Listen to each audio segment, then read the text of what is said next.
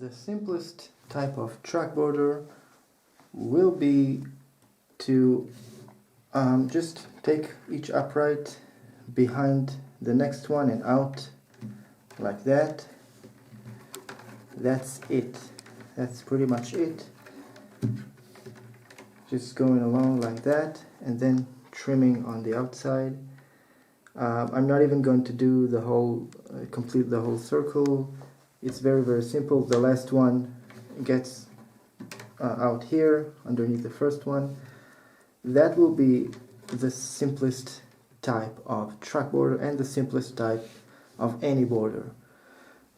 I myself would never use that on a basket, but people do that. I don't recommend doing that.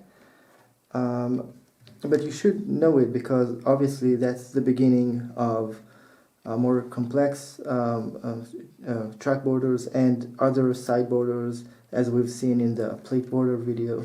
So that will be the simplest type. Now the next, you can also do this the other way around. You can go to the outside and inside like that.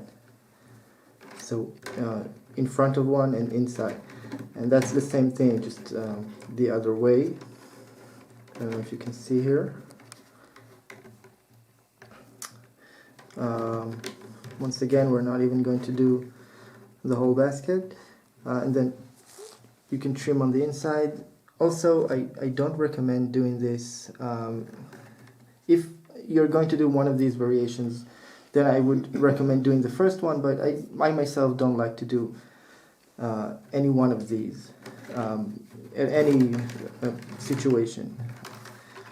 Now the next type of track border that I will actually use on a basket is also incredibly simple.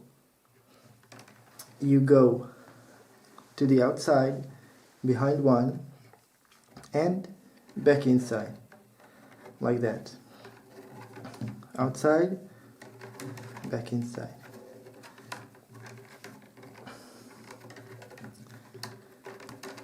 Uprights are kind of long here, so it's kind of in my way. That will be the next type. It's also incredibly simple and usable.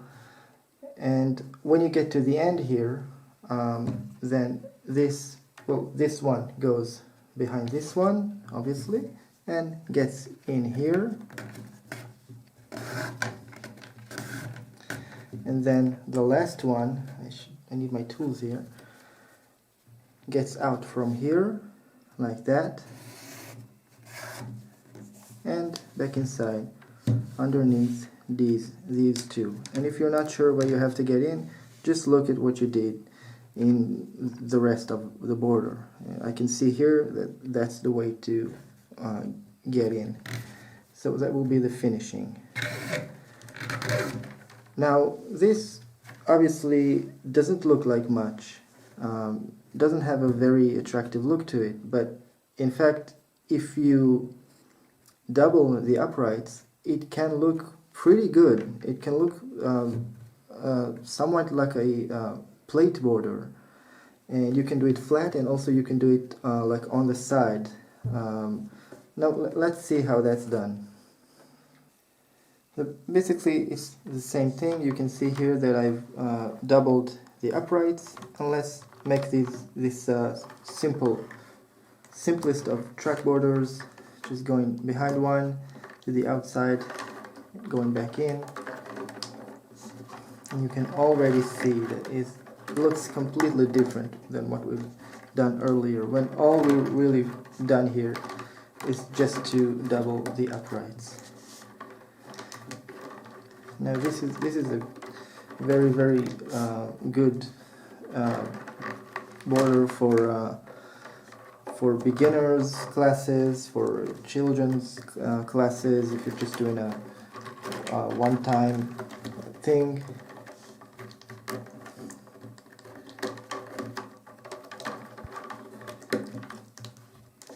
Looks beautiful and really incredibly simple. Now we can also kind of do it on the side. Let's see how that looks. I can just open this. Can just kind of lay them on the side like that instead of flat. Then I will also get a completely different look.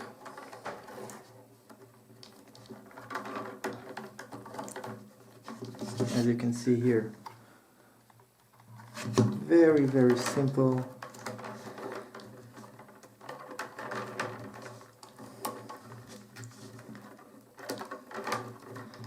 Look at that. Now I want to talk about something that actually, if we kind of break down this this border into two stages, the first stage will obviously be to just get them behind one and out, just like that. So we can do this like that. We can just take them all down one by one, and then when we finish, we can thread each one separately to the inside. Now obviously that will be incredibly stupid because it's working much harder, and you have to thread the reed here. You got more risk of pulling out these annoying fibers here, and risk of breaking and kinking when you're talking about willow. So why am I saying that? Because obviously in this type of border no one will do this. No one will do it like this. But I actually see people do this in some types of track borders, and we will get to it later. And they're actually breaking something into two steps which could be done in one step. And I see many people doing this, I want to say mistake, but it's not always a mistake. And this is a very, very important issue that I will talk about later on.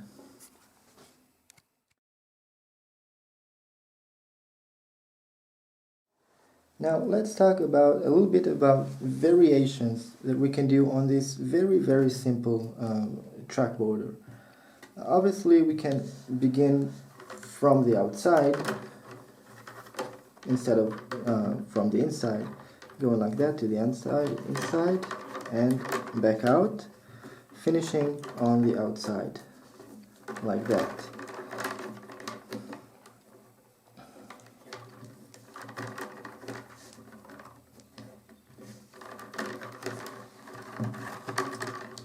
We'll trim on the outside, and it's the same thing, just the other way around.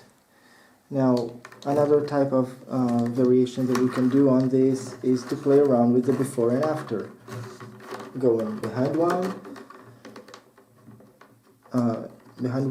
in front of two, and back inside.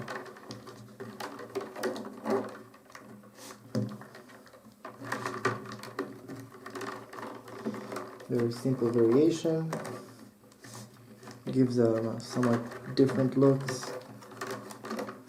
You can see that it looks quite different.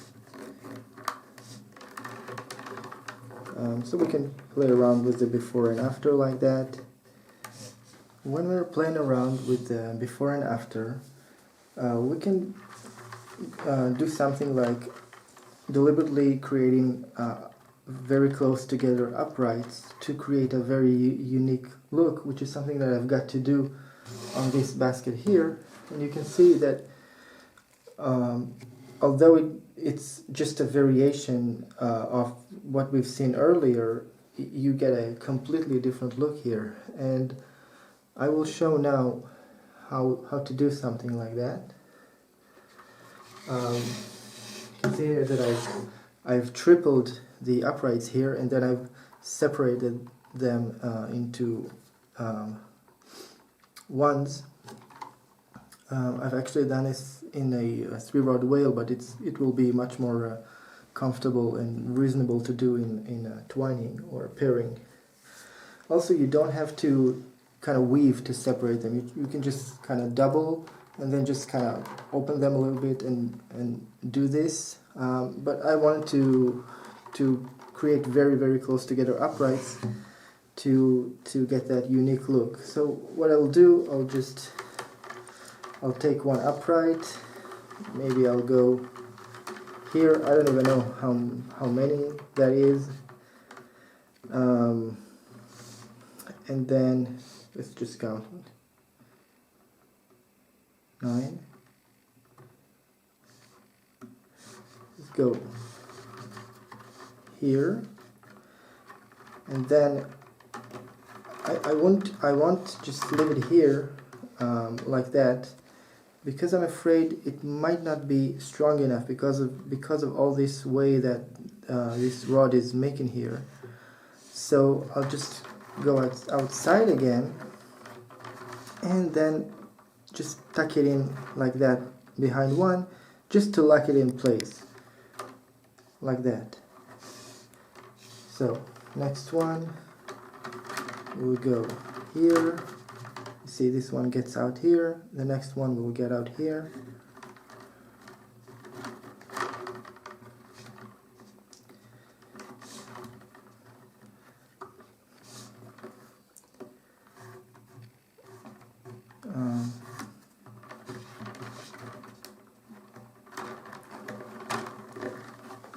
Here, and then just tucking it in to get that lock.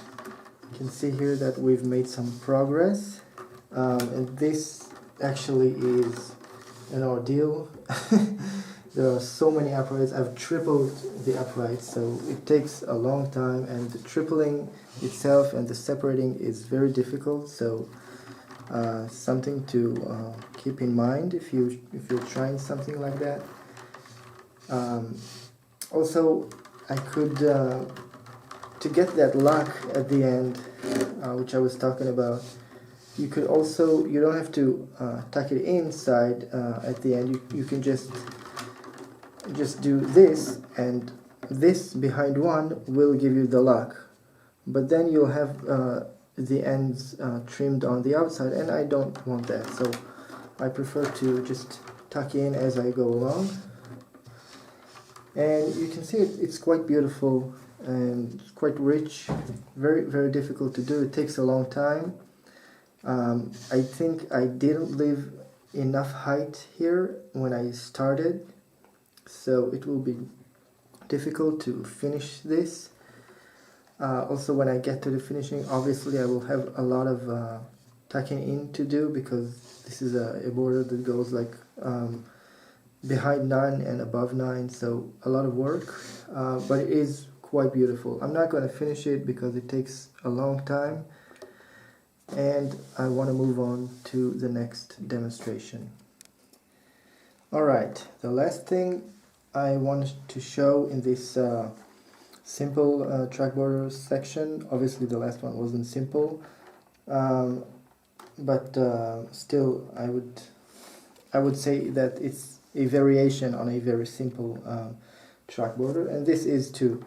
This is a type of border in which the uprights function as the side of the basket, and we'll see that also later on. But this will be the simplest version. So I guess what you can do is just take one upright, leave some height to it, and just go behind and after several times, not just 3 times as we've done in the simplest type, something like that. I guess maybe a little higher here.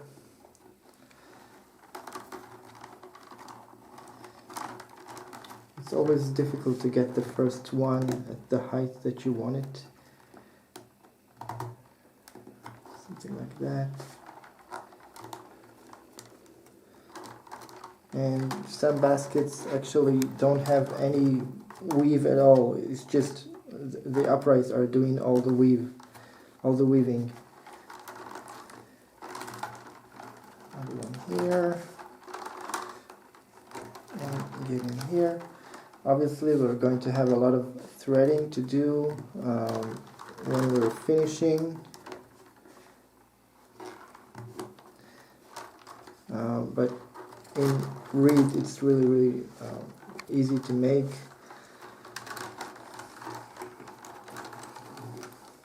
You can also kind of start from the outside, like in front of one, and then make the rest of the way. Just play around with the possibilities. I'm trying to look to see if this is in the same height. I think this is good. I hope we won't run into some trouble when we finish and we have to thread everything.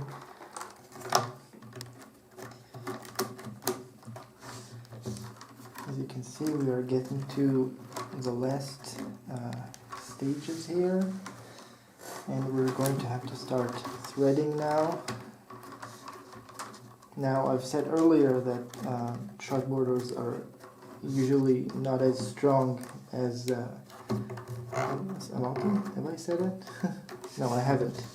So basically Trac borders are not as strong as rod borders, but this obviously is, you know, a triple uprights and very massive and strong.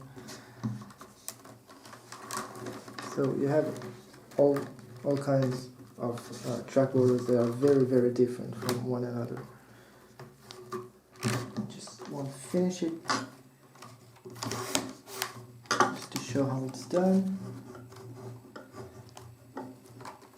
Obviously, if I would made a real border for a basket that would stay, then I would put some more effort to it to make it look good, but for now I just want to show how it's done.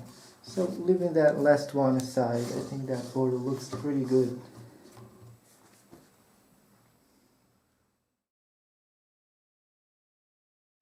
Okay, so the first stage in what I would call a follow-on Trac border will be to get the uprights to lay down, and you can get them down to the outside, and you can get them to lay down towards the inside, and you can do it in a number of different ways. So obviously the first and simplest way would be this, getting the uprights to lay down.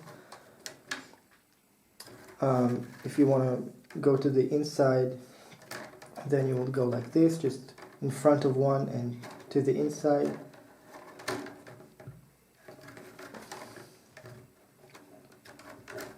Like this. But also you can do, we can go to the outside by going in front and behind one and outside, like that. And it has a, I guess it has a richer look to it.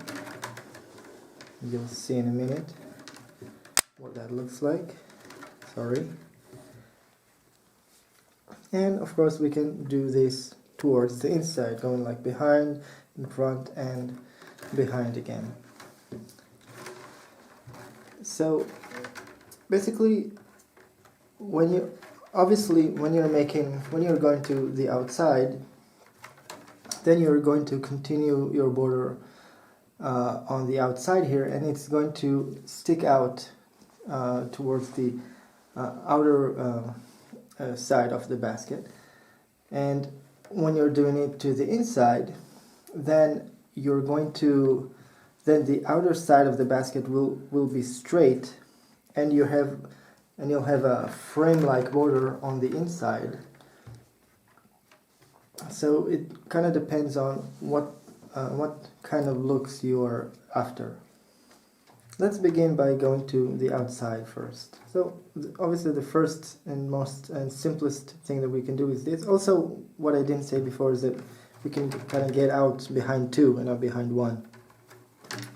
Also a variation.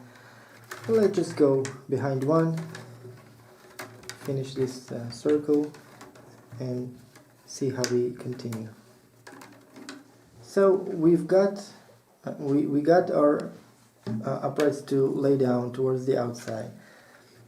And now our second stage will be, you might just look at it as making another track border. So I guess the simplest thing that you can do, and I actually like to do it a lot, I used to do it a lot, today I'm not doing it as much, is just to go like behind the next one, towards the upper side like that, and back down underneath that one. Now you might want to leave a little bit of space here at the beginning, the first two.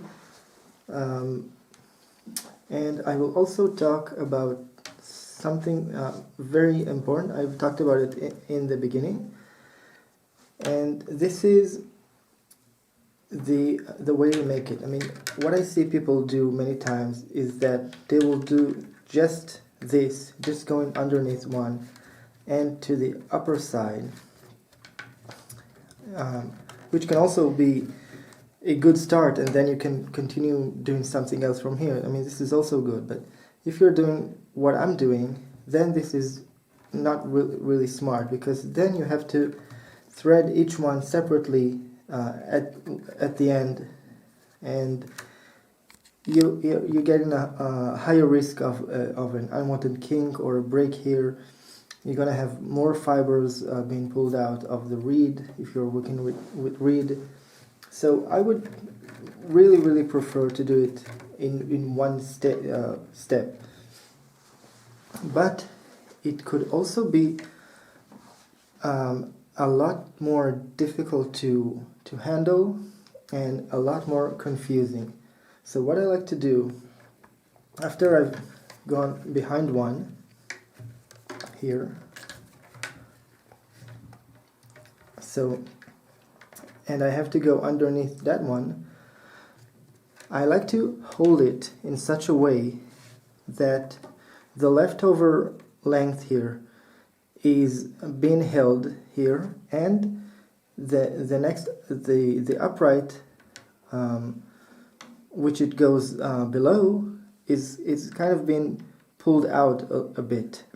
So it stays very clear to me what I'm doing, because if I don't do that, then you can see that you have like two rods here, and sometimes it's very hard to tell which is which one had finished its work and which one should continue working, and this makes it a lot easier. Also, you have to understand also that if you are going lost, then the ones that come from here into the outside are the newer ones, and the ones that come from the outer side here are the old ones, the ones that already worked. So let's just continue here, and you'll see how I do it. See, I'm holding it in such a way that I will not get confused. Now obviously I can get confused here. I mean, here I have two rods, and it might be a little confusing, but still it's much better to learn to deal with it and to manage to go through it than to do it the other way, to split it into two stages. It's much faster and much more efficient. And I can tell you, once you get used to it, you hardly ever get confused.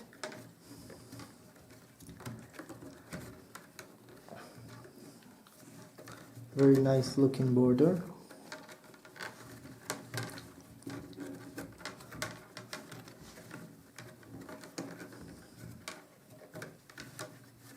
And I got confused here.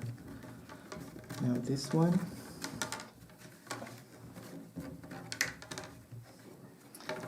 Also, kind of the way I hold the basket here is different than how I would hold it in rod borders. I'm kind of holding it.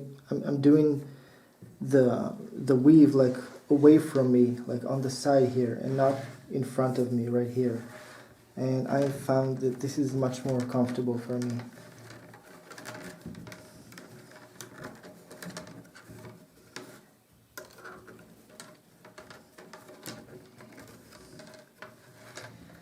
Getting to the last ones here.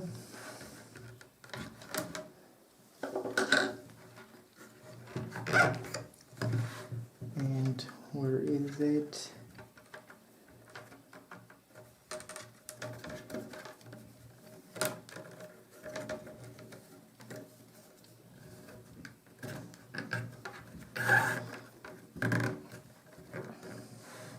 Now this one going underneath the next one, and it gets in here.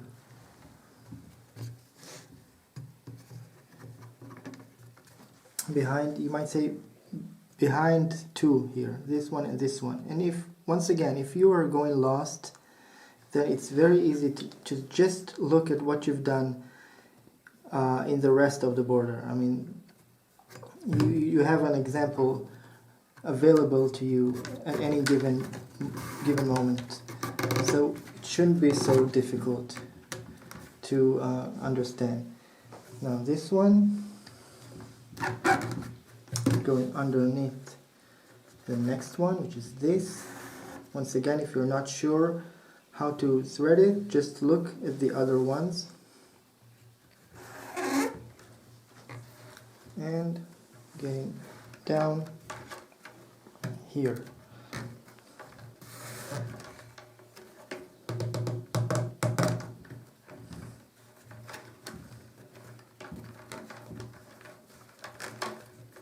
And that will be what I would call a follow-on track border. The next stage of this border, as I said, of course you can just trim like that and that will be your border, and it's beautiful. But you can also continue it, and actually you might want to use those little sticks here just to create that little gap in the first ones. Maybe in the first 2 ones or 3 ones. So we've gone here, up here, and down underneath that one. It's really the exact same thing.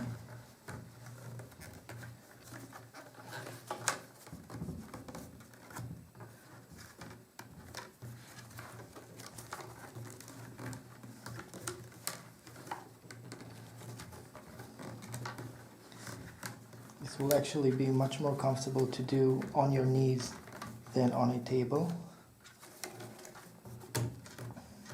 But for the sake of demonstration here, I'm going to continue here.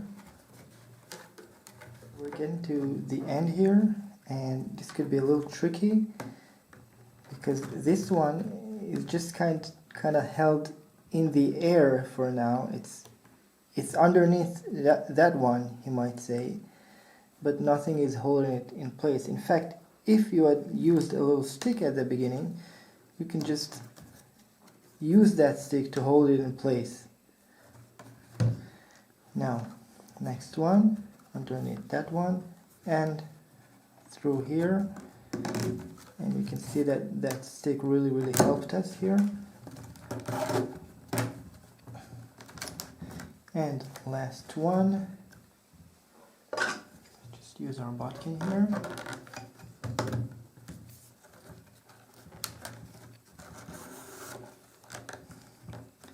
And that stick is showing us the way. It's very could be very helpful to use those sticks. Now I will maybe go around the basket and pull on each one of them. Maybe I'll pull on them many times. I'll do it with a plier, because it could demand a lot of force.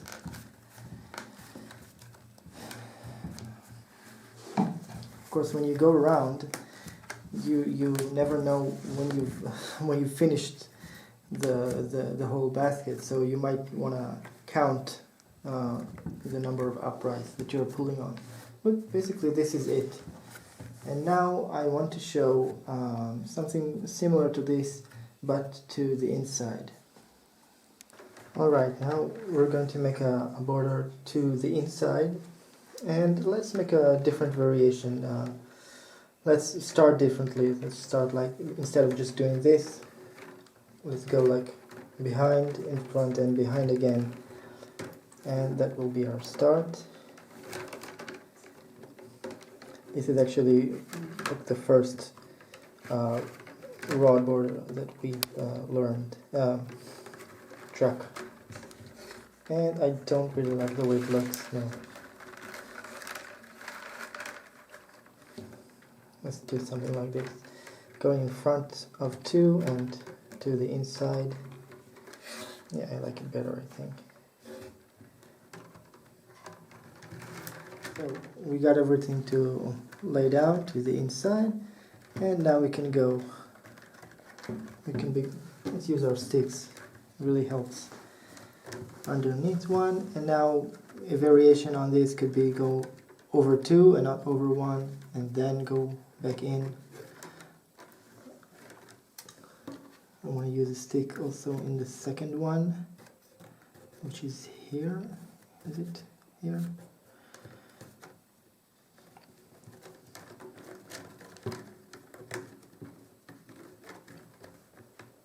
Over 2.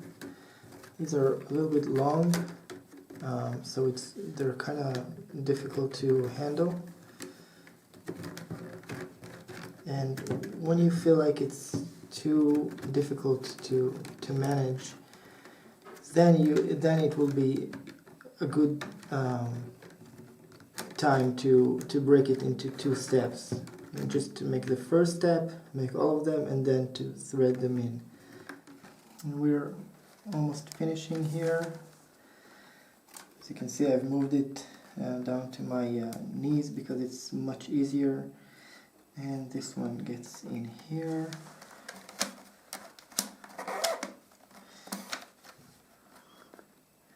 This goes underneath that one, over 2 and into here.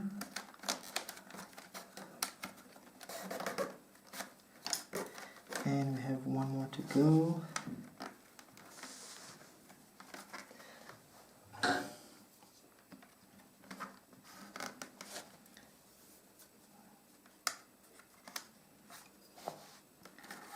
It's very, very simple. I don't think I have to explain it too much. I mean, this is the next upright, so I went underneath it. Now over 2, that would be 1 and 2.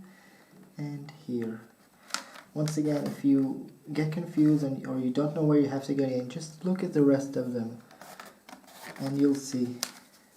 And look at this thing. Beautiful inner frame for the basket, and the outside stays nice and clean.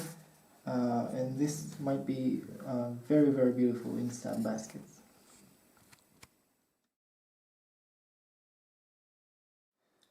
So we've seen these follow-on track borders to the outside and to the inside, and also they have a lot of different variations. I myself am not very experienced in this area, but also I want to show what it looks like when you make one of these borders with doubled or tripled uprights. You can get a very, very different look just from doubling the uprights. So we have triple uprights here, tripled. I'm going to start. Actually, this is going to be a type of a side border, really. It's going to look like a type of a plate border on the side. And I just want to leave a little gap here at the first one.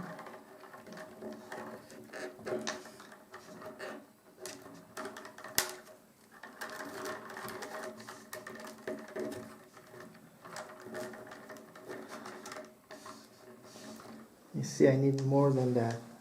The third one is the height that I need.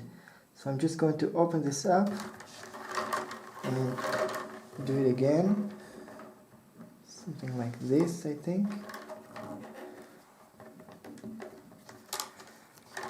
I wanted to try this version of getting them out to the side. I like to try different things. You can see, same height, so we can get out threading at the finishing here. So I'll just go through with it.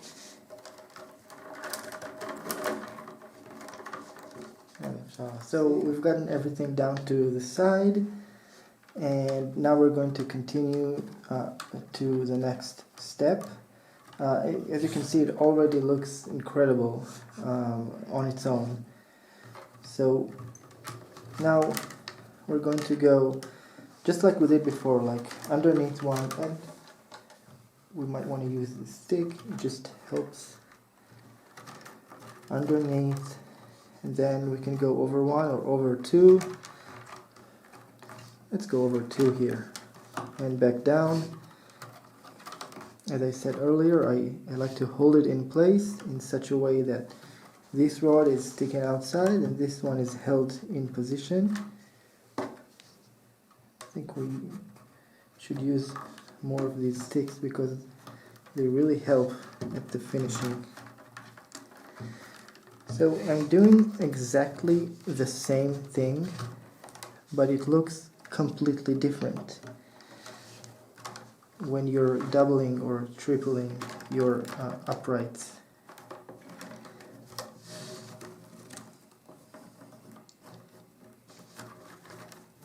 Can you see?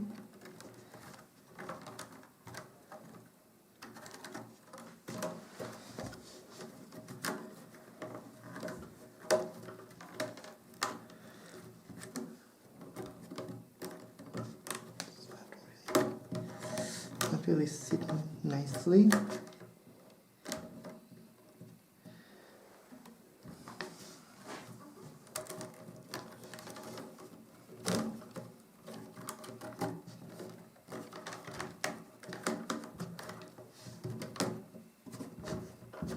This one is not sitting nicely.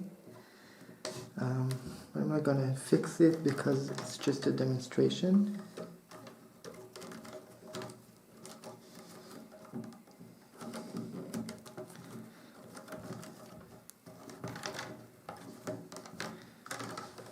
So exactly the same border as we have done earlier. Not exactly, I mean we've started it differently, but really similar, but it looks really different because the uprights are tripled here. Completely different.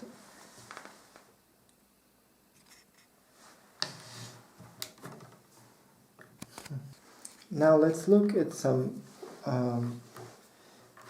other track borders that can be viewed as side borders, and also they can be viewed as track borders that function as the side of the basket a little bit. What you do, usually you will start from the outside like that, and you will go in front of some, and then behind some and outside. I don't have a lot of length here. I wonder if this is going to be... So I'm just going to go in front of one and behind one here.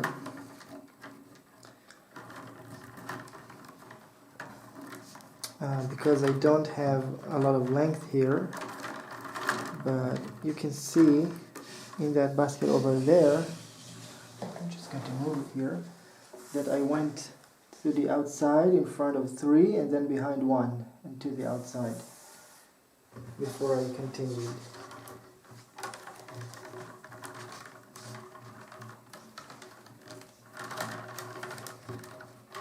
So we've finished our first stage here, and actually I've done the exact same thing I've done before. I wanted to do something different, but I don't have enough length here. I wanted to go like in front of three and behind one, or in front of two and behind one, to make it higher. But actually we've ended up with the same thing. But now I'll talk about some variations that you can do on this. So one variation we've seen already, you can do a type of track border that looks a little bit like a plate border on the side. Many times you'll see people taking this and just making a plate border on the outside, or you'll see people going like that to the upper side. It could be underneath one, but it could also be underneath two, three, it doesn't matter. Just do whatever you want. Once you understand the principles, you can do whatever you want. And then after finishing this, you are making a rod border. Many times you'll see people making rod borders of two with this left over here. I'm afraid it's going to be a little difficult to do it here with these triples, so I'm not going to show it. But also, actually, you can do something like maybe just going over underneath that one and to the inside here. I guess you can just play around with things, see how it looks, something like that, and just continue like that. You can just do a bunch of different stuff. Also, a very cool variation that you can do is to play around with the height of this. Instead of having this at an equal height all throughout, you're kind of making these hills at the sides and these valleys at the middle, and it looks really, really beautiful. Now, another very cool thing that you can do is to go to the other way. Instead of going to this way, I might go to that way, maybe something like this, I don't know.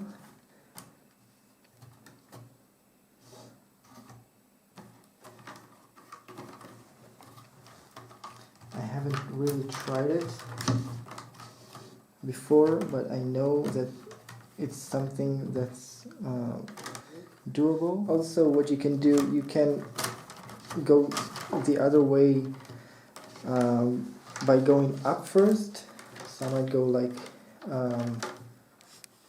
over this and underneath this to the upper side, and then like complete a full circle here, or just like going underneath that one, and then complete a circle here, something like that. This could be cool. Let's try one of these variations. But I think here it will actually be easier. I'm trying to arrange them, just too many of them. It will actually be easier to do it one by one. That is, to just go to the upper side first and then do the rest. Makes more sense to me. Okay, so I'm almost finishing now, and I've got to the last three here, and I've actually found a better way to do it as I was going along here. I'm just using the bodkin like this, and then because the basket is opening up a little bit, then I find that I should just use this leverage here to go in this angle instead of like this, and then running into the side here.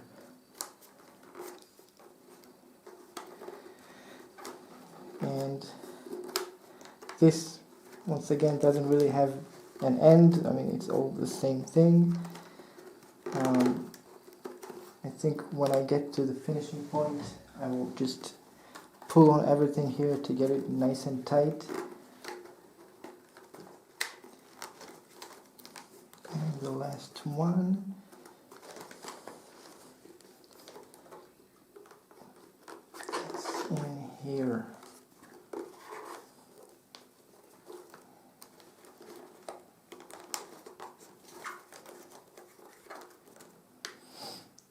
gets in here, but it has to get in here behind this one, I think.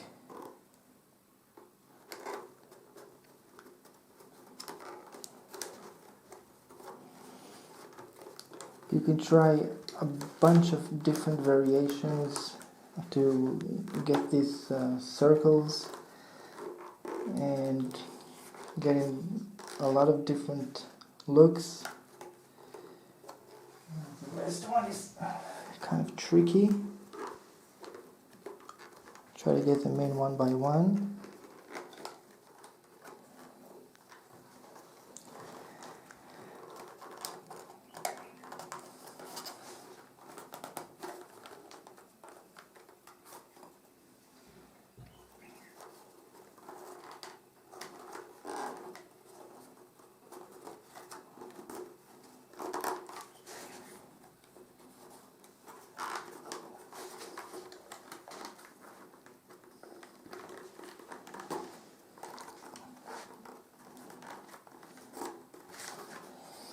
Right, now we'll just pull on everything just to get it nice and tight.